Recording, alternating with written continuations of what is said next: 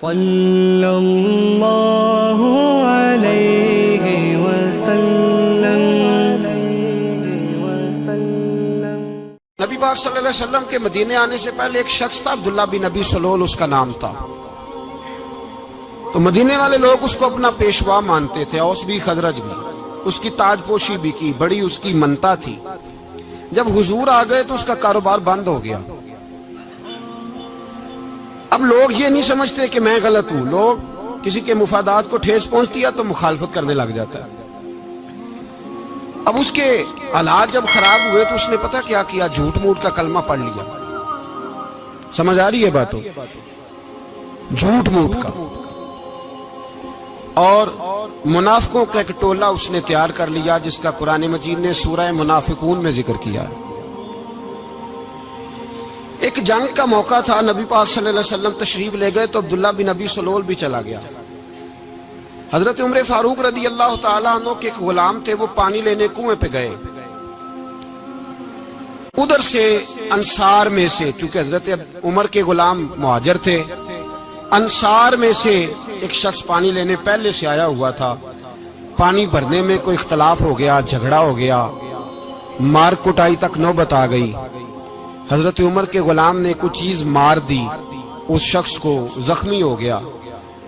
اس نے پکارا، عبداللہ بن ابی سلول نے سمجھا کہ موقع اچھا ہے، دوڑا ہوا آیا اور آ کر اس نے کہا، انصار مدینہ بھاگ کے آؤ، جلدی آؤ،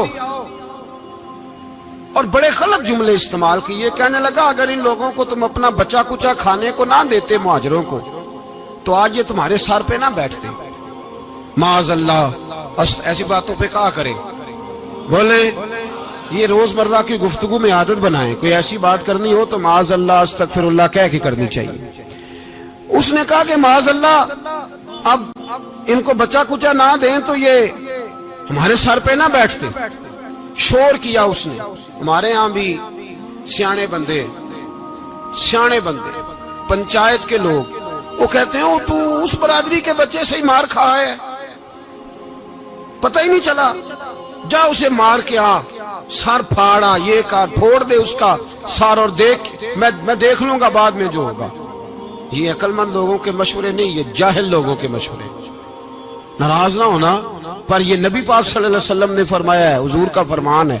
یہ کن لوگوں کا کام ہے؟ بول کے بتائیں، بول کے۔ پڑھے لکھے سیانے بندے اس طرح کے مشورے یہ بالکل نہیں دیتے، جاہلوں کا کام۔ پکارا، مہاجر سارے اکٹھے ہو گئے، انصار سارے آ گئے، اور جب انصار آئے تو مہاجرین کو بھی پکارا، مہاجر بھی آ گئے۔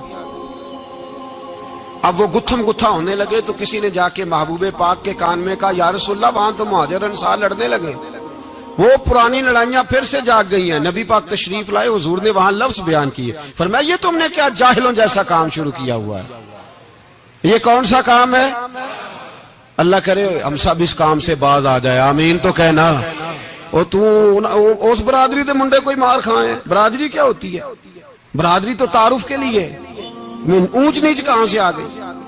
کہا میرے رسول پاک علیہ الصلوۃ والسلام نے، فرمایا تم جاہلوں جیسے کام کر رہے ہو۔ صلح کرائی، بات رفع دفع کرائی، لوگ چلے گئے، معاملہ ٹھنڈا ہو گیا۔ لیکن عبداللہ بن سلول نے کہا کہ میں یہ موقع خالی نہیں جانے دوں گا۔ پھر گیا وہ، اور جا کے انصار مدینہ سے کہنے لگا، ایک دفعہ جا لینے دو مدینے، تم نے میری بات نہیں نہ سنی تو جو وہاں بڑے سردار بیٹھے ہیں ان سے بات کروں گا، اور معاذ اللہ ثم معاذ اللہ ہم ان بے عزت لوگوں کو مدینے سے نکال دیں گے، وہاں صرف عزت والے رہیں گے۔ یہ غلط جملے اس نے ادا کیے جس کو قرآن پاک نے سورہ منافقون میں بیان فرمایا ہے۔ اس نے یہ بات کی۔ ایک صحابی تھے حضرت زید رضی اللہ تعالیٰ عنہ، وہ سن رہے تھے، آ کے عرض کی، یا رسول اللہ صلی اللہ علیہ وسلم، عبداللہ بن ابی سلول تو اس طرح کہہ رہا ہے کہ مدینے جا کے عزت والے دوسروں کو نکال دیں گے، اور تم اگر اپنا بچہ انہیں نہ دیتے تو معاذ اللہ آج یہ ایسا نہ کرتے۔ حضرت عمر نے بھی سن لیا، حضرت عمر نے بات سن لی، تلوار نکالی اور دوڑے۔ حضور نے بازو پکڑا، فرمایا کدھر جا رہے ہو؟ کہا یا رسول اللہ، اگر آج سزا نہ دی تو کل اور بات بھی کرے گا، اور اگر آج ایک قتل ہو گیا تو باقی سیانے بن جائیں گے۔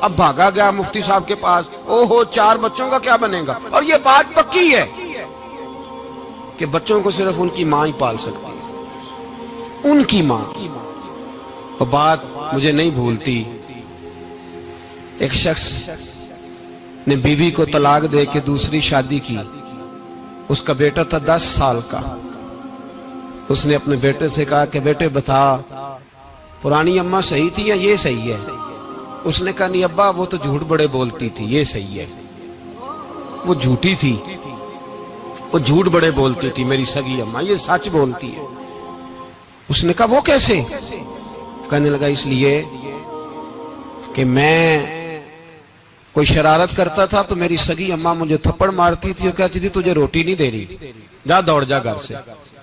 تو میں دوڑ جاتا تھا تو جھوٹ بولتی تھی نہیں دینی، پھر آدھے گھنٹے کے بعد مجھے ڈھونڈنے لگ جاتی تھی، ڈھونڈ کے لاتی تھی، پھر میری منت کرتی تھی، پھر مجھے کہتی تھی نہ مجھے ستایا کر، پھر میرا ماتھا چومتی تھی، پھر میری مرضی کا کھانا بنا کے دیتی تھی، پھر میرے منہ میں لقمے ڈالتی تھی۔ جھوٹی تھی، پہلے کہتی ہے نہیں دینی، پھر پیچھے بھاگتی ہے۔ یہ سچی ہے، میں شرارت کرتا ہوں تو تھپڑ مار کے نکالتی ہے، پھر میں منتیں کرتا ہوں پر روٹی نہیں دیتی، پیر پکڑتا ہوں نہیں دیتی، سچ بولتی ہے، اپنی بات پہ ڈٹ جاتی۔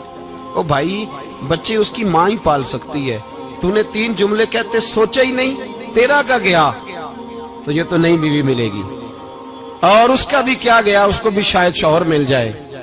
ان پھولوں کی پرورش صرف ان کا مالی کر سکتا ہے، دوسرا کر سکتا تو نے حوصلہ ہی نہیں کیا۔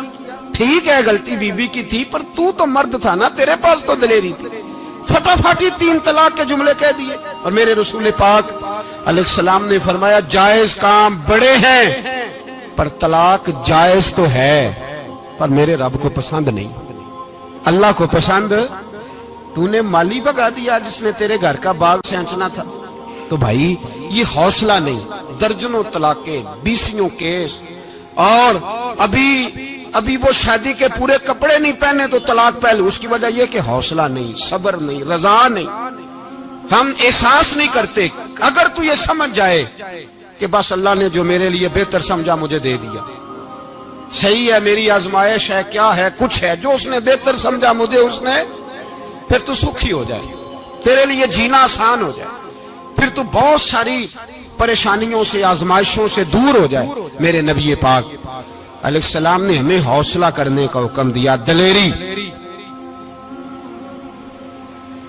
2-3 سال شاید پچھلے سال یا اس سے پچھلے سال حج کے موقع پہ نا ہمارے پاکستان میں تو بڑے بڑے انوکھے واقعات ہوتے ہیں، سننے سے کیا میں کہتا ہوں وہ عبرت کے لیے ہوتے ہیں۔ جعلی ویزے لگوا دیے حج کے کسی ایجنٹ نے، اللہ کے مہمانوں کو بھی لوگ لوٹ لیتے ہیں، معاذ، جعلی ویزے لگوا دیے۔ اور مزے کی بات یہ ہے کہ پاکستانی ایئرپورٹ سے گزر بھی گئے وہ ویزے والے، اور احرام باندھے لوگ جدے پہنچ گئے۔ 4 آدمی تھے، انہوں نے ویزا دیکھا تو کہا نقلی، آپ کو واپس جانا پڑے گا۔ اگلی فلائٹ سے وہ لوگ واپس آئے۔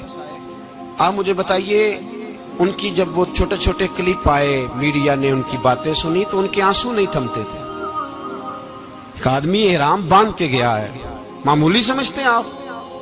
میرے جیسا غریب آدمی کبھی اس نے ارادہ کیا اور مدینے جانے کا لیٹ ہو جائے تو کلیجہ پھٹنے کو آتا ہے، کچھ مجبوریاں پیروں میں آ جائے، نہ جا سکے تو پتہ نہیں کتنی توبہ کرنے کو دل کرتا ہے کہ کہیں غلطی تو نہیں ہو گئی، کوئی ایسی بات تو نہیں نکل گئی۔ یقین کریں طبیعت پریشان ہو جاتی، یار کوئی ایسا کام تو نہیں ہوگا جس کی وجہ سے یہ بات ہوئی۔ 4 آدمی لوٹ آئے، حالات خراب ہو گئے، لوگ رو رو کے قصے سناتے تھے، لیکن میرے رسول پاک علیہ السلام کا حوصلہ دیکھو۔ حضور کعبے کا بھی کعبہ، حضور مالک، حرم کے مالک مطلق، جن کے صدقے اللہ نے کعبہ کو بیت اللہ بنایا۔ حاجیو آؤ شہنشاہ کا روضہ دیکھو، کعبہ تو دیکھ چکے اب کعبے کا بھی کعبہ دیکھو۔ حضور 1400 صحابہ کو لے کے گئے عمرہ کرنے، مقام حدیبیہ پر پہنچے تو کافروں نے روک لیا، ہم عمرہ نہیں کرتے، تو اور میں خادم اور جو وارث و مالک ہیں 1400 صحابہ، ہم نہیں عمرہ کرنے دیتے، واپس جائیے۔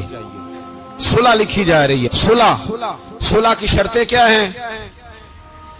مکے سے کوئی آدمی غلطی سے بھی مدینے چلا گیا، مکے کا آدمی، تو مسلمان اگر ان کے ظلم سے تنگ آ کے، مکی مسلمان کافروں کے ظلم سے تنگ آ کے مدینے چلا گیا تو مدینے والے واپس کریں گے، اور اگر مدینے سے کوئی شخص غلطی سے بھی مکے چلا گیا تو مکے والے واپس نہیں کریں گے۔ اتنی سخت شرائط۔ حضرت عمر غصے سے کانپنے لگے، صحابہ پریشان ہیں، پر میرے رسول پاک نے صبر دکھایا، حوصلہ، تدبر، یہ تدبیر ہے۔ صبر ایک بہترین تدبیر ہے، اگر کوئی اپنائے تو بہترین طریقہ ہے۔ حضور نے فرمایا ہمیں منظور ہے، صلح کرو، اور اتنا سخت حکم ہے، کہنے لگے 1400 احرام والے واپس جائیں، بعد میں آنا، اس وقت نہیں عمرہ کرنے دیں گے۔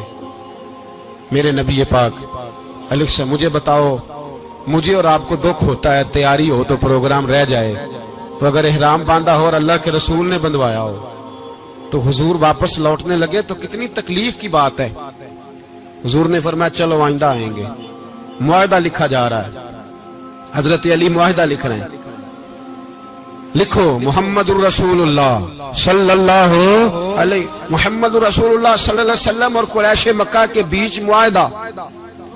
یہ تحریر لکھی جا رہی تھی تو ابو سفیان بول پڑا، کہنے لگا جی ہم محمد الرسول اللہ نہیں لکھنے دیں گے، معاذ اللہ، یہی تو ہمارا جھگڑا ہے۔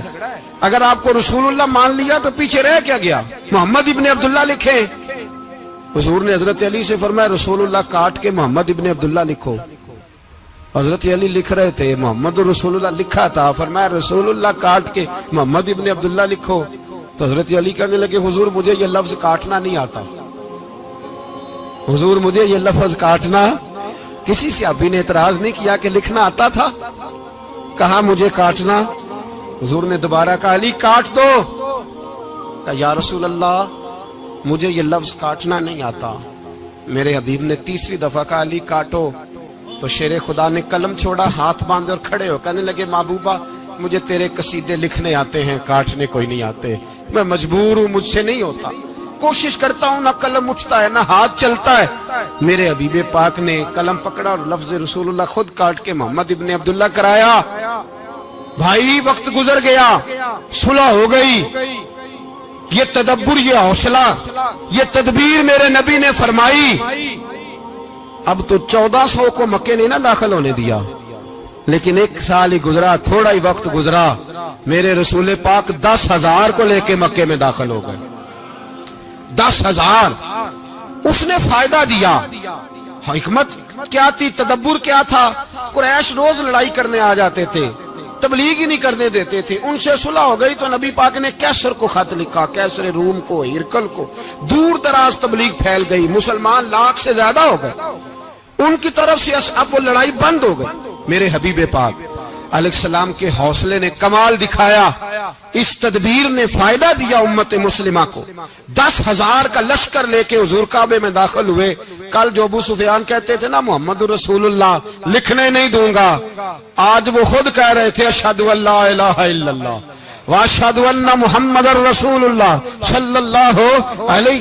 کل جو کہہ رہے تھے کہ میں یہ لفظ نہیں لکھنے دوں گا، آج ابو سفیان کی حویلی میں لاکھوں لوگ، ہزاروں لوگ بیٹھے تھے اور سارے کہہ رہے تھے محمد الرسول اللہ، محمد الرسول اللہ، محمد الرسول اللہ صلی اللہ علیہ وسلم۔ میرے محبوب کی تدبر نے، فقاہت نے، اور پھر کمال ہوا۔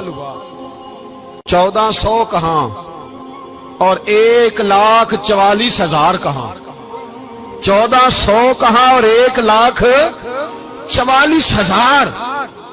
1400 کو نہیں جانے دیا عمرہ کرنے، میرے رسول پاک 1,44,000 کو لے کے حج کرنے چلے گئے۔ حضور نے حج کیا، ہر طرف لبیک لبیک کی صدائیں بلند ہوئی۔ یہ میرے نبی پاک کا تدبر ہے، حوصلہ ہے۔ اگر وقتی طور پہ حوصلہ کر جاؤ گے، دلیری کر جاؤ گے، آنے والا وقت آسان ہو جائے۔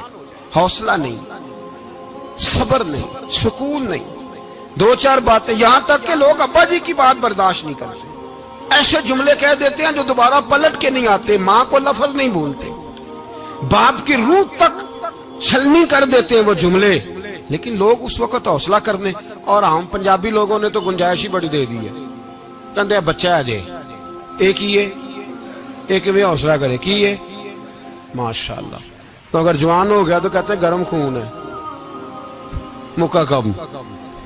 اگر بوڑھا ہو گیا تو کہتے ہیں بوڑھوں میں حوصلہ نہیں ہوتا، نہ بچے میں نہ تو کس میں حوصلہ ہوگا؟ بولے کسی میں بھی نہیں. چھٹی سب کو فتویٰ مل گیا نا، یہ بچہ ہے جی، ابھی یہ تو بچہ ہے، آپ تو سیانے بیانے ہیں، یہ بچہ ہے. کمال ہو گئی ہے بھائی، کیا مطلب ہے بچہ ہے؟ بچے کو سارا پتہ ہے، ہر چیز اسے آتی ہے، حوصلہ کرنا ہی نہیں آتا. اور پھر کہہ دیا وہ تو گرم خون ہے. وہ کیا بات کرتے ہو؟ گرم خون ابے کے گلے پڑ گیا گرم خون، اس کو کھڑا کرو نا ایس پی کے سامنے اور اس کو مار تھپڑ اس کے منہ پہ، تیرے گرم خون کا پتہ چلے. غریب کے یہ گلے پڑ گیا، اس کو کھڑا کرو ایس ایچ او کے سامنے، پھر پتہ چلے گا خون کتنا گرم ہے. وہاں بالکل چپ ہے، بالکل خاموش ہے. اور گرم خون اس کا صرف اماں کے لیے. جلال صرف رہ گیا اگر غریب گھر کی بیٹی بیاہ کے لایا تو صرف اس کے لیے. کوئی ایسی بات نہیں. ہم بڑے سیانے، ہمارا غصہ بڑا سمجھدار ہے، ہمارا وہ گرم خون بڑا سیانا ہے. وہ جہاں دیکھتا ہے کہ معاملہ ہلکا ہے تو وہاں وہ گرم خون جلال میں، اور جہاں دیکھتا ہے کہ سامنے والا تگڑا ہے تو وہاں وہ گرم خون فوراً ٹھنڈا ہو جاتا ہے. حوصلہ پیدا کرے. زندگی حوصلے مند لوگ جیتے ہیں، جو حوصلے مند نہیں ہوتے وہ تو زندگی کا ایک سال لطف سے نہیں جی پاتے. حوصلہ کریں، مسکرائیں. میرے نبی پاک صلی اللہ تعالی علیہ وسلم نے نا عثمان بن طلحہ کعبے کی چابی ان کے پاس ہوتی تھی، تو حضور نے ایک دن فرمایا عثمان، اچھا یہ نہیں تھا کہ عثمان خاص لوگوں کو چابی کعبہ کھول کے دکھاتے تھے، بلکہ ان کو قریش کی جانب سے یہ حکم تھا کہ جو بھی تجھے کہے تو نے کعبے کا دروازہ کھول دینا. نبی پاک علیہ الصلوۃ والسلام نے نا ہجرت سے 2-4 دن پہلے کہا کہ عثمان ذرا چابی دو، میں نے کعبہ اندر سے دیکھنا ہے. بڑے ٹھنڈے دل سے ذرا سننا، ادھر دیکھو میری طرف، ادھر دیکھیے گا ذرا میرے بھائی. میں نے ایک بندے سے کہا یار پانی کی بوتل دینا دکاندار سے، ایک ہے اس نے کہہ دیا نہیں میرے پاس. اس بات کا کوئی غصہ؟ بولیے. اور اگر وہ کہے سارے زمانے کو ملے گی آپ کو نہیں دینی، پھر بولے میرا خیال ہے چپ کر کے ہنس کے آ جائیں گے، سوال ہی نہیں پیدا ہوتا. ہم کہیں گے مجھے نہیں نہ دینی، تو نے تو دکان اٹھا یہاں سے بند کاری سے. کیا مطلب ہے سب کو دینی ہے تجھے نہیں دینی؟ کیا معنی ہے اس کا؟ لے کے جاؤں گا، جھگڑا ہوگا، بحث کریں گے. عثمان بن طلحہ سے حضور نے فرمایا دروازہ کھولو، کعبہ دیکھنا ہے. عثمان کہنے لگا میں ساری دنیا کو دکھاؤں گا، آپ کو نہیں دکھاؤں گا. کتنی سخت بات ہے، پر قربان جائیں رسول اللہ کے حوصلے پہ صلی اللہ علیہ.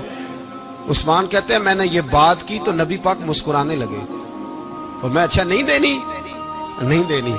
تو حضور نے نا مسکرا کے اور میری کمر پہ تھپکی دی، فرمایا اچھا یاد رکھنا یہ چابی میں تجھ سے لے لوں گا، اور جس کو میرا دل کرے گا میں اس کو دوں گا. عثمان کہتے ہیں روز رات کو نبی پاک کے یہ جملے میرے کانوں میں گونجتے تھے کہ حضور نے فرمایا. کہتے ہیں جس دن پتا چلا نا نبی پاک 10,000 کا لشکر لے کے آ رہے ہیں، تو ابو سفیان میٹنگیں کر رہے تھے، مکے کے سارے سردار تیاری کر رہے تھے، اور میرے کانوں میں ایک ہی لفظ تھا کہ حضور نے فرمایا میں چابی لے لوں گا، پھر جس کو میں چاہوں گا اسے دوں گا. عثمان کہتے حد ہو گئی، وقت گزر گیا. حضور آ گئے، طواف فرمایا، اور طواف کے بعد میرے نبی پاک علیہ السلام نے فرمایا بلاؤ نا ذرا عثمان کو. عثمان کہتے ہیں میں چابی لے کے آیا تو دوسرا جملہ کوئی نہیں. ساڑھے نا کوئی بندہ مشورہ دے وے دی نہ منیے تے جے کام مونج ہو جے نا جن جو نے مشورہ دیتا سی تے وہ نال ہی غوث پاک بن جاندا ہے. تینوں آکھیا سی نا فوراً ہی داتا علی اجمیری ہو جاندا ہے. وہ کہندا تینوں پتہ نہیں میں کڈا ولی اللہ، تینوں میں آکھیا سی نا انج نہ کر. اور بندہ پریشان ہوتا ہے، کام الٹ ہو گیا، اور لاگوں آکھی جاندا ویکھو جی میں تے تانوں پہلو ہی آکھیا سی. جی عجیب بات ہے، شیخ چلی کی طرح پیچھے پڑ جائے گا، میں نے تو پہلے ہی کہا تھا. او بس کر یار، اب تو خواجہ معین الدین اجمیری ہو گیا، بس کرو. مشورہ ہی ہوتا ہے، کسی کا مل جاتا ہے اور کسی کا نہیں لیا جاتا. فوری طور پہ بندہ اٹھ کے نہ تو ولایت کی 4تھی سیڑھی پہ چڑھ جائے گا، کہے گا میں تو ابدال وقت ہوں، میں کتب دورہ ہوں، میں نے تجھے کہا نہیں تھا. اب بس کر یار. کئی دفعہ مشورے صحیح ہوتے ہیں، کئی دفعہ صحیح بولیے نبی پاک صلی اللہ علیہ وسلم کی احد کے دن خواہش یہ تھی کہ اندر رہ کے لڑنا ہے. جوان صحابہ نے کہا باہر جا کے لڑائی کرنی ہے. حضور نے باہر جا کے جنگ کی. بظاہر مسلمانوں کو شکست ہوئی. حضور نے ایک دفعہ نہیں کہا کہ میں نے تمہیں کہا نہیں تھا اندر رہنا ہے, بس ہو گیا جو ہو گیا. اب اس میں فٹافٹ اگلے کو حوصلہ دو, کوئی عرض نہیں یار. نبی پاک سب بولیے صلی اللہ علیہ وسلم, میرے حبیب پاک علیہ الصلوۃ والسلام نے نا کہا عثمان کو بلاؤ. عثمان آئے تو عثمان کہتے میں نے چابی دی تو میں تیار تھا, میں تیار تھا کہ اب میری بات ہوگی اور رسوائی ہوگی. لیکن کہتے ہیں قربان جائیں مصطفیٰ نے تو یہ جملہ بھی نہیں کہا کہ میں نے تجھے کہا نہیں تھا, یہ بھی نہیں کہا. حضور نے چابی لی, کعبے کے بت صاف کیے, نماز پڑھی, واپس آئے. فرمایا عثمان میرا وعدہ تھا تیرے ساتھ کہ جس کو میں چاہوں گا چابی دوں گا, یہ لو چابی میں تجھے ہی دینا چاہتا ہوں, لے لو رکھ لو. عثمان کہتے ہیں وہ چابی نہیں میرے طرف آ رہی تھی, میری طرف ایمان آ رہا تھا. وہ چابی نہیں آ رہی, ایمان آ رہا تھا میری جانب. کہتے ہیں میرے ہاتھوں میں چابی آئی اور میری زبان پہ کلمہ توحید جاری ہو گیا. بھائی تدبر, حوصلہ, صبر, رضا, ہمیں تو ٹائم بھی نہیں گزارنا آتا. گھر کا ماحول, گھر کے اندر رہ کے لوگ دکھی ہیں, اس لیے کہ ہماری طبیعتوں میں حوصلہ نہیں, ایک منٹ کے لیے نہیں, ایک سیکنڈ کے لیے بھی ہم یہ برداشت نہیں کرتے کہ چلو تھوڑا انتظار کریں, وقت کو دیکھیں, موقع کو دیکھیں. میرے نبی پاک علیہ الصلوۃ والسلام پہ اتنی مصیبتیں آئیں کہ پہاڑ پہ آتی تو وہ ریزہ ریزہ ہو جاتے, لیکن کسی مقام پر بھی حضور علیہ الصلوۃ والسلام شکوہ کرتے نظر نہیں آتے. ہم غریبی کا رونا روتے ہیں, ہر چوتھا آدمی کہتا ہے بڑا غریب ہوں, لیکن میرے نبی پاک علیہ الصلوۃ والسلام نے چوتھے دن کھجور کھائی, سرکہ کھایا ہے اور موٹے بان کی چارپائی پہ آرام کیا. حضرت عمر نے کہا حضور کتنی تکلیف ہے؟ فرمایا عمر کوئی تکلیف نہیں, تھوڑا سا تو وقت ہے, جنت میں جائیں گے, ساری نعمتیں اللہ نے ہمارے لیے تیار کی ہوئی ہے. راضی بالرضا, راضی بالرضا, کوئی کسی قسم کا مسئلہ نہیں. ہمیں آزمائشیں آتی ہیں, تکلیفیں آتی ہیں, بیماریاں آتی ہیں, لوگ چھوٹی چھوٹی بات پر پریشان ہو جاتے ہیں, ذرا سی بات پر شکوہ کرتے ہیں. میرے رسول پاک علیہ السلام نے فرمایا جب میرا رب کسی کو بیمار کرتا ہے تو 2 فرشتوں کو بھیجتا ہے, جاؤ میرے بندے کی تیمارداری کر کے آؤ. اللہ اکبر, خود رب بھیجتا ہے, جاؤ میرے بندے کی. تو مجھے بتائیے جب اللہ بھیجے تو پھر تندرست خوش نصیب ہوا کہ بیمار؟ جی تندرست پھر خوش نصیب کون ہوا؟ میرے نبی پاک صلی اللہ علیہ وسلم نے فرمایا رب 2 فرشتے بھیجتا ہے, فرماتا ہے پتہ کر کے آؤ میرے بندے کا اس کا کیا حال ہے, حالانکہ اللہ سارا ہی جانتا ہے. فرشتے آتے ہیں, واپس جاتے ہیں, رب کریم پوچھتے ہیں بتاؤ میرا بندہ کیا کہتا تھا؟ اللہ تجھے سارا ہی پتہ ہے, پر ہم سے پوچھتے تو بتا دیتے ہیں. وہ یہ کہتا تھا کہ میں اپنی رب کی رضا پہ بڑا ہی راضی ہوں. وہ تیری حمد کر رہا تھا, تیری تعریف کر رہا تھا, تیرا شکر کر رہا تھا, تیرے لیے کلمات حمد بیان کر رہا تھا. تو میرے نبی پاک علیہ السلام فرماتے ہیں, اللہ فرشتوں سے فرماتا ہے سنو پھر, اگر میں اپنے بندے کو اس بیماری میں شفا دوں گا تو اس تندرستی سے زیادہ اچھی تندرستی دوں گا جو پہلے اسے عطا کی ہوئی تھی, پہلے سے اچھی صحت دوں گا. اور اگر اسے اس بیماری میں موت دوں گا تو پھر مرتے ہی اس کے لیے میں جنت کا فیصلہ فرما دوں گا. بھائی جب تو راضی بالرضا رہتا ہے, راضی بالرضا, بڑی سادی سی بات ہے بھائی. آپ گھر گئے روٹی مانگی تو اگر کسی نے کہا نا کہ اتنی تھکاوٹ ہے ٹائم پہ آیا کریں اس وقت, تو روٹی تو وہ بھی مل گئی, پر اس میں لذت, وہ سکون نہیں, وہ سکون نہیں. میری اماں جی سالن پکا کے رکھ لیتی تھی تو روٹی جب بھی کوئی مانگتا تھا تو تازی بنا کے دیتی تھی, ان کی طبیعت تھی. تو میں اکثر ان سے کہتا کہ اماں جی پکا کے رکھ دیا کرو. تو کہتے تمہیں خوشی نہیں ہوتی جب تمہاری اماں تازی پکا کے دیتی ہے؟ خوشی ہوتی ہے, طبیعت میں خوشی ہوتی ہے. ان کا مزاج تھا, ذوق تھا, تو ہم سمجھتے تھے یار یہ بڑی سعادت کی بات. تو آپ گھر گئے رات کو تو گھر والوں سے کہا روٹی, تو فوراً اٹھے, فوراً, اور انہوں نے کھانا تازہ بنایا, اور ساتھ یہ بھی کہا باہر سے نہ کھایا کرے, بندہ بیمار ہو جاتا ہے. کتنی ٹھنڈک پہنچتی ہے آدمی کے دل کو, سکون ملتا.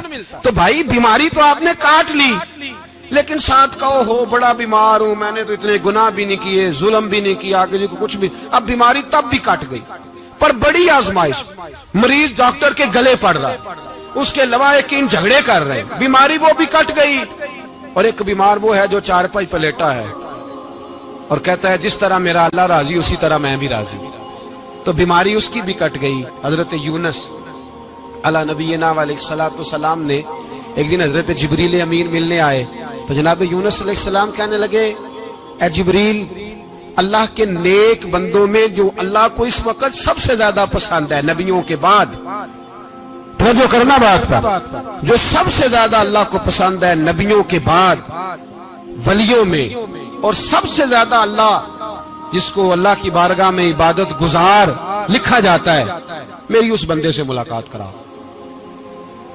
تو حضرت جبریل نے جناب یونس علیہ السلام کو ساتھ لیا تو ایک شخص کے پاس پہنچے جو آنکھوں سے اندھا تھا، دونوں ہاتھ اس کے سلامت نہیں تھے اور پورے جسم میں پیپ جاری تھی، ریشہ تھا۔ جب جا کے السلام علیکم کہا نا حضرت یونس نے، اس نے وعلیکم السلام کے بعد پہلا لفظ پتہ کیا کہا؟ اس نے کہا یا اللہ تیرا شکر ہے، یا اللہ تیرا، آپ بھی ادا کریں اللہ کا شکر، یا اللہ تیرا، اللہ تیرا شکر ہے۔ تو حضرت یونس علیہ السلام کہنے لگے تو شروع سے اس طرح کا ہے، نابینا بھی اور ہاتھوں سے معذور بھی اور سارا جسم شروع سے؟ تو بڑے ہی خوبصورت لفظ اس بیمار نے کہے، کہنے لگے نہیں حضور میں بالکل ٹھیک ٹھاک تھا، جب تک میرے رب نے چاہا کہ یہ دنیا کو دیکھے تو تب تک اس نے مجھے آنکھیں دیں، اور جب اس نے چاہا کہ اب اس کا دیکھنا بہتر نہیں تو اس نے واپس لے لی۔ تو یا اللہ تیرا شکر ہے، اللہ تیرا شکر ہے۔ پھر کہا جب تک اس نے چاہا کہ میرے ہاتھ رہے تب تک رہے، جب اس نے چاہا کہ میرے لیے بہتر نہیں تو اس نے لے لیے، تو یا اللہ تیرا شکر ہے۔ جب تک اس نے چاہا کہ میرا جسم صحیح و سلامت رہے تو رہا، اور جب اس نے چاہا کہ میرے لیے بہتر نہیں تو مجھے بیمار کر دیا، تو یا اللہ تیرا شکر ہے۔ تو حضرت یونس علیہ السلام کہنے لگے جبریل واقعہ یہ اللہ کا سب سے زیادہ شکر گزار بندہ ہے، سب سے زیادہ عبادت گزار بندہ ہے، سب سے زیادہ۔ میرے نبی پاک علیہ السلام نے فرمایا میرا مومن ہر حال میں ہی نفع میں ہے، نعمت ملے تو شکر کر کے نفع، مصیبت آئے تو صبر کر کے نفع، اپنی زندگی میں تحمل، بردباری، علم پیدا کرے، حوصلہ پیدا کرے۔ ہر آنے جانے والے شخص کے مزاج کے مطابق اسے نہ ملے، اپنا مزاج صحیح رکھے، اپنی طبیعت کے مطابق اپنے ماحول کو برقرار رکھے۔ علم کے ساتھ گزارا کرو گے تو رشتہ داروں سے بھی بنی رہے گی، دوستوں سے بھی بنی رہے گی، ہر ایک سے تعلق رہے گا۔ اور اگر آپ کے اندر یہ حوصلہ نہیں تو پھر سارے معاملات پریشانی کا شکار ہو جائیں گے۔ یہ تو آج کا مضمون تھا۔ ہمیں نا لوگ مشورہ دیتے ہیں، کہتے ہیں پیر صاحب درویشوں کو سیاست کی بات نہیں کرنی چاہیے، دیتے ہیں نا مشورہ لوگ، جی تھوڑا تھوڑا بول دیں، تھوڑا تھوڑا دیتے ہیں نا۔ اگرچہ ہم ان کی بات نہیں مانتے، اس لیے کہ اقبال نے کہا تھا جدا ہو دین سیاست سے تو رہ جاتی ہے چنگیزی، جدا ہو دین سیاست سے تو، اور پہلا فکرہ یہ ہے کہ جلال بادشاہی ہو یا جمہوری تماشا ہو، جدا ہو دین سیاست سے تو رہ جاتی ہے۔ اس نے کہا جب سیاست اور دین علیحدہ علیحدہ ہوتے ہیں تو چنگیز خان اور ہلاکو خان پیدا ہوتے ہیں۔ سیاست جب تک مسجد کے اندر رہتی ہے تب تک پاک صاف رہتی ہے، وہ گندی ہوتی تب ہے جب مسجد سے نکل جاتی ہے۔ حضرت علی کے زمانے تک مسجد میں رہی، پاک صاف رہی، یزید باہر لے گیا تو گندی ہو گئی، حضرت عمر بن عبدالعزیز دوبارہ مسجد میں لے آئے تو پھر پاک ہو گئی۔ لیکن پھر بھی ایک ساتھی نے مجھے کہا تو اس کی بات میں، سب کی باتیں نہیں مانتا، اس کی بات میری سمجھ میں آئی۔ وہ کہنے لگا جی اصل بات یہ ہے کہ سیاسی تبصرے تجزیے ہم اخباروں میں، ٹی وی پہ جا کے بیٹھے، جا کے بڑی مہربانی میری طرف دیکھیں، وہ ہم سنتے رہتے ہیں تو ہمارا دل کرتا ہے مسجد میں صرف ہم رسول اللہ کا پیار ہی سنیں۔ تو میں نے کہا یار تیری بات دل کو لگتی ہے، یہ بات صحیح ہے، چلو یہ نیت اچھی ہے، یہ تیرا نظریہ ٹھیک ہے، مان گئے ہم۔ میں چلا گیا دکاندار کے پاس اور میں نے اس کو جا کے کہا کہ گاڑی کا انجن کھولو، اس طرح کرو، اس طرح۔ اس نے کہا مولانا آپ جا کے نا گھر تو فقہ کی کتاب کھولیں، اس لیے کہ گاڑی کے انجن کے بارے میں آپ کو معلومات، یہاں اگر آپ نے یہ کام کرنا ہے تو اس کو پڑھیں، کسی استاد کے پاس ورکشاپ پہ آئیں، آپ کے ہاتھوں کو، منہ کو، چہرے کو مٹی لگے، دھواں لگے، گریس لگے، پھر آپ کو پتہ چلے گا انجن کیسے کھلتا ہے۔ صحیح کہہ رہا ہوں نہیں صحیح کہہ رہا؟ دعا گلاں تے ہاں کر چھڑی جے، صحیح کہہ رہا ہوں جی۔ اگر مولوی کو اجازت نہیں سیاست کی بات کرنے کی اور مولوی کو اجازت نہیں کہ انجن کی بات کرے تو سیاستدان کو اجازت ہے دین کی بات کرنے کی؟ یہاں تو وہ آئے نا مدرسے میں پڑھے پورا دین حاصل کرے پھر وہ بولے تو پھر تو ٹھیک ہو گیا، لیکن جب اسے سورت اخلاص بھی سیدھی نہیں آتی تو فتوے دینے کی اس کو ضرورت ہے کوئی؟ بولے نا یار کیوں چھیڑتے ہیں سیاست؟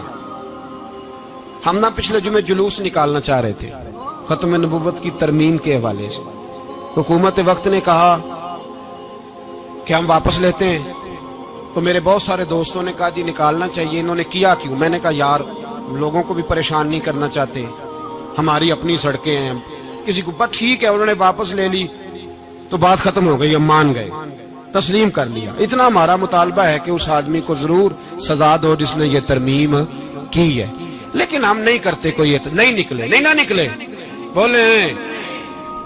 تو وزیر قانون صاحب کو کیا مصیبت بنی ہوئی ہے نیا فتویٰ دینے کی؟ کہ ہے کوئی شوق انہیں دینا چاہیے فتویٰ؟ کہتے نہیں مرضیوں میں ہمارے درمیان تھوڑا ہی فرق ہے۔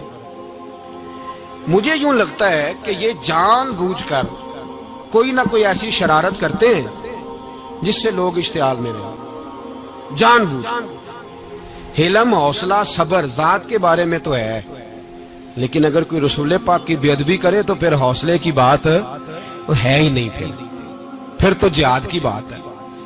اور میں دیانتداری سے مسجد میں باوضو بیٹھ کر جمعے کے دن مشورہ دیتا ہوں حکومت کو اور وزیر قانون کو مشورہ دیتا ہوں کہ نہ فرعون کی حکومت ساری زندگی رہی، نہ نمرود رہا، نہ جاج بن یوسف رہا، نہ یزید رہا، اور یار درباری بن کے حکمرانوں کی چاپلوسی کرتے کرتے تم یہاں تک آ گئے ہو کہ اب نبی پاک کی عزت کو ہاتھ ڈالنا شروع کر دیا ہے۔ اور آپ یقین کریں سیاسی جماعتوں کا اتنا برا حال ہے کہ ان کے لیڈر کے بارے میں کوئی بات کرے تو پاگل ہو جاتے ہیں یہ احتجاج کر کر کے، اور اس نے ڈائریکٹ کہہ دیا کہ ختم نبوت کا مسئلہ ہی کوئی نہیں، جو دین کی بنیاد ہے، کسی کو پرواہ نہیں۔ مجھے تو ان لوگوں کی فکر ہو رہی ہے جن لوگوں نے انہیں ووٹ دیے ہیں، وہ اللہ کو کیا جواب دیں۔ اور یہ اللہ ماشاءاللہ ساری سیاسی جماعتیں اس طرح کی۔ اور میرا وزیر قانون صاحب کو بھی مشورہ ہے کہ زندگی بڑی تھوڑی ہے، بڑی تھوڑی، اللہ سب کو معاف کرتا ہے، اپنے رسول کے غداروں کو معاف نہیں کرتا۔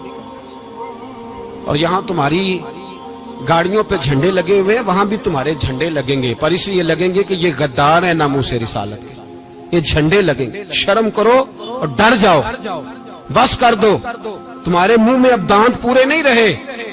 کوئی شوگر کا مریض ہے تو کوئی بلڈ پریشر کا، تو کوئی ہارٹ کا، تو کوئی کینسر کا۔ شرم کرو اور اپنی قبر کی بھی تھوڑی سی فکر کرو۔ بتاؤ پاکستان کے کتنے صدر گزرے، وزیر اعظم گزرے، تو ان کی قبریں کہاں ہیں؟ کوئی جاتا ہے ان کی قبروں پہ؟ کسی کو خبر ہے؟ کیوں اپنے لیے جہنم کٹھی کرتے؟ سارا کچھ دنیا داری رہ گئی ہے، سارا کچھ صرف یہی رہ گیا۔ حضرت ابو بکر سردار تھے، حضرت عمر سردار تھے قبیلے، حضرت عثمان سردار تھے، انہوں نے سرداریوں کو ٹھوکر مار کے رسول اللہ کے قدموں میں بیٹھنا پسند کی، سرداریاں چھوڑ کے غلام بن گئے۔ تم سرداریاں بچانے کے لیے رسول اللہ کی غداری کرتے ہو، شرم نہیں آتی؟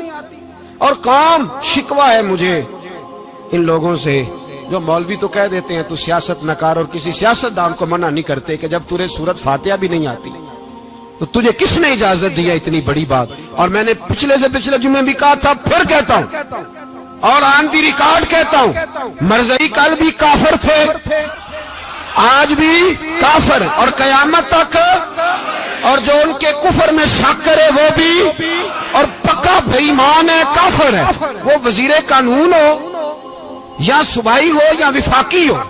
من شک فی کفر ہی فقط کفر، جو مرزائی کے کفر میں شک کرے وہ بھی کافر ہے۔ ہمارے رسول آخری رسول ہے، ہم کسی کو یہ اجازت نہیں دیں گے کہ وہ ختم نبوت میں رکھڑا ڈالنے کی کوشش کرے، ہم کسی کو یہ اجازت ہے۔ اور تم نے قوم کو لوٹا، لوٹتے رہو، اب ایمان پہ ڈاکے تو نہ ڈالو۔ تمہیں دولت لوٹ کے پیٹ نہیں بھرا، اب ایمان لوٹنا شروع کر لیا۔ تمہارا فیکٹریاں لوٹ کر، قومی خزانہ لوٹ کر پیٹ نہیں بھرا، بھائی مانو اب دین بیچ کر اپنی حکومتیں پکی کرو گے۔ اور وہ لوگ بھی تیار ہو جائیں جو ان بے ایمانوں کو منتخب کرتے ہیں، ان سے بھی سوال کرے گا ختم نبوت کا موضوع قیامت کے دن کہ تم بتاؤ، ان کو سپورٹ کرتے تھے جو رسول اللہ صلی اللہ علیہ وسلم کے بعد بھی کسی نبی کو نبی ماننا درست جانتے تھے۔ شرم آنی چاہیے، خیال ہونا چاہیے۔ اور میں نے کہا کہ ہمارا دل نہیں چاہتا، آپ یقین کریں، ہمیں شوق ہے جلوس نکالنے کا، تمہارے خلاف باتیں کرنے کا۔ تم نے روز تھرمامیٹر نکالا ہوتا ہے، چیک کرتے ہو کہ ایمان کتنا ہے کتنا نہیں ہے۔ یہ پاکستان اگر صوبہ سندھ ہے تو وہ حضرت عبداللہ شاہ غازی کا ہے، اگر بلوچستان ہے تو حضرت بابا عبد الرحمان کا ہے، اور اگر پشاور ہے تو وہ صوفیاء کا ہے، اور اگر یہ دھرتی پنجاب ہے تو یہ داتا علی اجویری کی ہے، یہ بابا فرید الدین کی ہے۔ اس میں کسی غدار کو قبضہ کرنے کی اجازت بالکل نہیں ملے گی۔ اور ہم وہ لوگ بھی نہیں جو چپ کر کے اندر سوتے رہیں، قوم جو کرتی ہے کرتی رہے، ہمیں پرواہ نہیں، نہ ایسی کوئی بات نہیں۔ کوئی بندہ نہ سمجھے کہ انہیں ہوش نہیں، انہیں پتہ نہیں، ہمیں سارا کچھ ہی آتا ہے۔ پھر اگر کل کو کوئی ممتاز قادری پیدا ہو گیا تو شکوہ نہ کرنا، کل کو کوئی پھر سے عامر چیمہ نکل آیا تو شکایت نہ کرنا، یاد رکھنا۔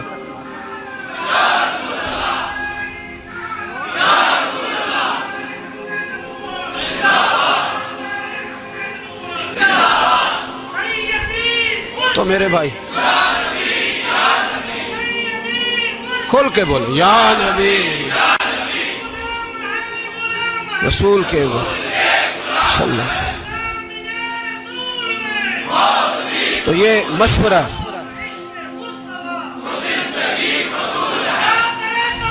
جزاک اللہ، تو یہ تمہیں مشورہ ہے۔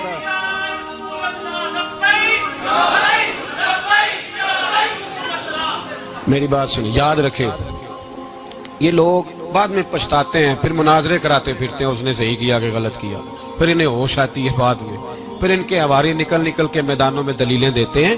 اس لیے ہمارا مشورہ ہے انہیں کہ یہ اپنی حد میں رہیں، اور جو کام تمہارے ذمہ، میں نے کہا نا تم نے بڑا لوٹا، یہ قوم روز تمہیں موقع دیتی ہے لوٹنے کا، یہ موقع دیتی ہے، تو تم نے دولت لوٹ کے پیٹ نہیں بھرے، اب ایمان لوٹنے کے چکر میں آ گئے ہو۔ یاد رکھو، مسلمان گناہگار ہیں، غدار نہیں ہیں۔ تمہیں دولت لوٹنے کا تو شاید موقع مل گیا ہے، پر ایمان لوٹنے کا موقع نہیں ملے گا، تو اس لیے اس کو لگام دو۔ اور ویسے بھی کتا جو پالتو ہوتا ہے نا، اس کو گھر کے اندر سنگلی سے باندھ کے رکھنا چاہیے۔ یہ تمہارے بوٹ چاٹتے ہیں، بھونکتے ہیں، تمہارے حق میں وزارتیں لیتے ہیں، ہم نے تو کوئی وزارت نہیں لی تم سے، اور نہ ہمیں شوق ہے اس لیے کہ ممبری کیا کرنی ہے جس کو ممبر رسول عطا کر دیا جائے، اس نے کیا کرنی ہے یہ ممبریاں جس کو پکا ممبر رسول دے دیا جائے، تو اس لیے اس سے باہر آؤ۔ میں نے کہا بڑے بڑے نمرود، فرعون، قارون دفن ہے، تمہارا بھی نام تک نہیں ہوگا، بالکل نام نہیں ہوگا۔ اس لیے ہمارا مشورہ، اور آپ لوگ بھی آئے نا یہ اگلے سال، تو ان کو کھڑا کر کے پوچھ لینا، اسلامی جمہوریہ پاکستان کا تم نے MPM بننا ہے، پہلا کلمہ ہی صحیح سنا دو، چلو خدا کا واسطہ یہی بتا دو کہ تمہیں نماز بھی ڈھب سے آتی ہے کہ نہیں، اور آپ کی موج ہے، آپ بٹھا لیتے ہیں سر پہ، کیا کریں، سمجھانے والے مفت گناہگار ہو گئے اور بہکانے والے سب تمہارے یار ہو گئے۔ اس لیے یہ چھیڑتے ہیں جان بوجھ کے، اور پھر جب کوئی ممتاز قادری علیہ رحمہ پیدا ہوتے ہیں پھر انہیں دشواری ہوتی ہے، پھر ان کا جینا مشکل ہو جاتا ہے، یہ موقع دیتے ہیں، پتہ نہیں کس کے ایجنڈے پہ عمل کر رہے ہیں۔ میرا سوال یہ ہے، میں نے پچھلے جمعے پھر میرا سوال ہے کہ میں پوچھتا ہوں اس آدمی کو ضرورت کیا ہے ختم نبوت پر بات کرنے، جب امت مسلمہ کے متفق کا فیصلہ ہے کہ مرزائی کافر، اسمبلی نے بل پاس کر دیا کہ مرزائی ان کو اقلیت قرار دے دیا، اور جب سے وہ اقلیت بنے نہ ہم نے ان کی عبادت گاہ جلائی، نہ ہم نے ان کو قبروں سے نکالا، نہ ہم نے، بس ٹھیک ہے جیسے عیسائی رہتے ہیں، یہودی سے کس ملک میں رہتے ہیں وہ بھی رہیں، اقلیت بن کے رہے، کوئی اعتراض، پر تم انہیں کھینچ کے کیوں قریب کرتے ہو، تمہارا کیا جرانہ ہے ان کے ساتھ، بتاؤ تو صحیح۔ ان لوگوں سے ان کو چاہیے اپنے منہ میں لگام ڈالیں، اور اگر نہیں ڈالیں گے پھر انشاءاللہ ڈالی جائے گی، اور بڑی تگڑی ڈلے گی، اور پھر ایسی ڈلے گی۔ سلمان تاثیر جب مرا تھا نا تو 5-5 لاکھ روپیہ مولویوں کو آفر کی جنازہ پڑھاؤ، 5-5 لاکھ روپیہ چھوٹے چھوٹے مولویوں کو۔ اور داتا صاحب کی مسجد کے خطیب بھی صوبائی جو تھے، وہ خطیب تھے، ملازم تھے، انہوں نے کہا کہ ایمان نہیں بھیجنا، نکالنا نوکری سے تو نکال دو۔ اور بادشاہی مسجد کا مولوی جس کا پتہ نہیں چلتا، کبھی کدھر چلا جاتا ہے کبھی کدھر، یہاں تو وہ بھی کھڑا ہو گیا، اس نے کہا نا ایمان نہیں بیچنا. گورنر ہاؤس کی مسجد کا امام کہنے لگا کہ بخشا جانا نہ جانا یہ تو رحمت الہی کا معاملہ ہے، پر اتنا گندا جنازہ نہیں پڑھنا، اتنا گندا جنازہ نہیں ہم پڑھیں گے. مرنے کے بعد تمہارے جنازے نہیں پڑھے جاتے، تمہاری قبریں خراب ہوتی ہیں. کدھر ہیں تمہاری دولتیں؟ اور وہ مولوی آج تک پتہ ہی نہیں کدھر گیا جس نے اس غلیظ کا گندا جنازہ پڑھایا. تو بھائی اپنی قبر اشر کو، جب جہاں تمہارے جنازے نہیں پڑھے جا رہے تو وہاں تمہارا کیا حال ہوگا. اس لیے ان لوگوں کو چاہیے کہ اپنی زندگی اس طرح گزاریں کہ کچھ نہ کچھ منہ لے کے سرور کائنات کے پاس چلے جائیں، ورنہ ایسا نہ ہو کہ یہاں بھی پھٹکار اور وہاں بھی پھٹکار. اس لیے ہمارا مطالبہ ہے حکومت سے کہ شرم کرو اور ایسے بھائیمانوں کو، کالے ناگ جو تم نے بھرتی کیے ہوئے ان کو نکالو، اور اگر تعریفیں کروانی ہو، تلوے چٹوانے ہو تو اندر کمروں میں ان سے چٹوا لیا کرو. ان سے کہو کہ یہاں ہماری نوکری کرو، باہر نکل کے رسول اللہ صلی اللہ علیہ وسلم کے دین کے بارے میں گفتگو نہ کرو. اس لیے کہ اللہ تبارک و تعالیٰ نے اس دین کے اندر بڑا حسن اور بڑا جذبہ رکھا ہوا ہے، بڑا وقار ہے. ہمارا مطالبہ ہے حکومت سے کہ ختم نبوت کے مسئلے پر کوئی سیاستدان گفتگو نہ کرے. آپ تائید کرتے ہیں اس بات کی؟ اس پر کوئی سیاستدان کوئی گفتگو؟ ہمارے پاس بڑے تماشے ہیں سیاست کرنے کو، باقی تماشوں پہ سیاست کرو. یہ رسول اللہ کی ناموس کا معاملہ ہے، یہ چھیڑنے کی تمہیں اجازت ہو؟ مجھے سمجھ نہیں آتی یار، جب بات ختم ہو گئی، اسمبلی نے بل واپس لے لیا، تو صوبائی وزیر قانون کو آخر تکلیف کیا ہے؟ آپ کے پاس جواب ہے کوئی اس بات کا؟ بات ختم ہو گئی، ہم نے جلوس نہیں نکالنا، چھوڑ دیا، خاموش ہو گئے. علماء نے میٹنگیں بلائی تھی، کینسل کر دی، ٹھیک ہے جی بات. اب دوبارہ سے کیوں چھیڑتے ہو؟ پھر کہتے ہیں احتجاج ہوتا ہے، شور ہوتا ہے. تم خود ایسی حرکتیں کرتے ہو جس سے افراتفری پیدا ہوتی ہے. یہ ملک رسول اللہ کے نام پہ بنا ہے، اور قیامت تک یہاں وہی ہوگا جو میرے رسول پاک صلی اللہ علیہ وسلم کی رضا ہوگی، اور نبی پاک کے قانون کے خلاف کوئی قانون یہاں چل سکتا؟ اللہ ہمیں سمجھنے. میں مدینے چلا، میں مدینے چلا، میں مدینے چلا، میں مدینے چلا، میں مدینے چلا، میں مدینے چلا، میں مدینے چلا، میں مدینے چلا، پھر کرم ہو گیا، میں مدینے چلا، پھر کرم ہو گیا، میں مدینے چلا.